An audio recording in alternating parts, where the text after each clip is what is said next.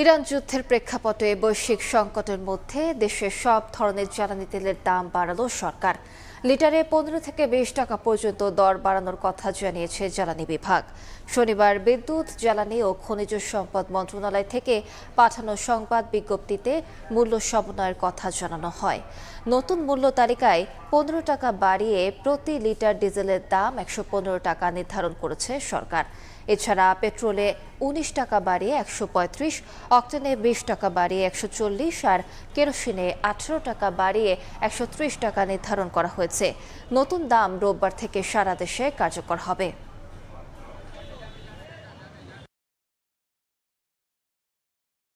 এটা অত্যন্ত দুঃখজনক। প্রতি লিটারে 20 টাকা, এটা আসলে সহনীয় না।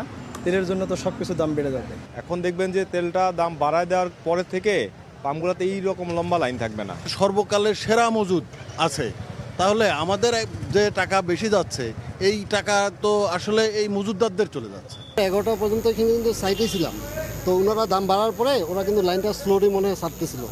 তো ওরা যদি ওই আগের নিয়মেই কিন্তু ছাড়তো তাহলে কিন্তু আমরা 120 টাকা লিটারেই পাইতাম।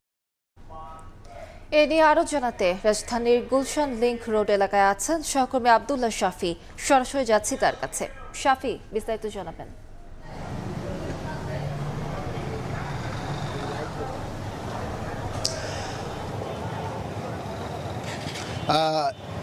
গুলশান লিংক রোডের আইডিয়াল ফিলিং স্টেশনের চিত্রটা আপনারা দেখতেই পাচ্ছেন যে 12টার পর থেকে যে লম্বা সারি ছিল সেটি কিন্তু এখন পর্যন্ত আছে, এবং লাইন যেটা রেশনিং পদ্ধতিতে 500 টাকার তেল করে দেওয়া হচ্ছে। এখানে যারা তেল পরিবেশক যারা আছেন, কর্মচারীরা তেল দিচ্ছেন, তারা বলছেন এখনও কিন্তু 500 টাকা করেই তেল দিচ্ছেন।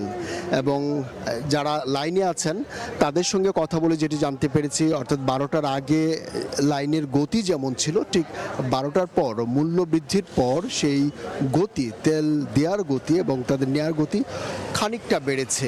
তবে তাদের সঙ্গে কথা বলে একটা জিনিস আমরা বুঝতে পেরেছি যে তারা বলছেন যে এই যে এতদিন পর তেলের মূল্য বৃদ্ধি করা হলো মজুদ থাকা সত্ত্বেও, এটি আগে করলে হয়তো তাদের জীবনযাত্রায় এত বেশি প্রভাব পড়তো না। তারা বলতে এই কাজটা সরকার হয়তো আরও আগেও করতে পারতেন, এই বিষয়গুলো তারা বলছেন। কারণ অনেকেই হয়তো এই বাইকের মাধ্যমে, রাইডিংয়ের মাধ্যমেই তাদের জীবন জীবিকা নির্বাহ করেন।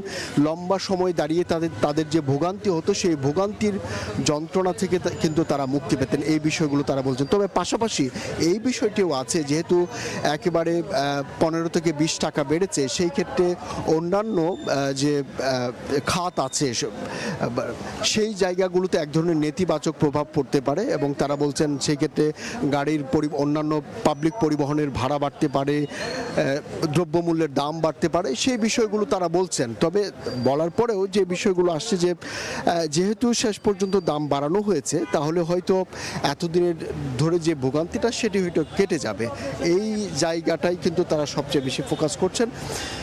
এবং তারা একটা বিষয় বলার চেষ্টা করছেন যে সরকার যেহেতু এই উদ্যোগটা নিয়েছে, এবং এখন আমরা দেখতে পেয়েছি যে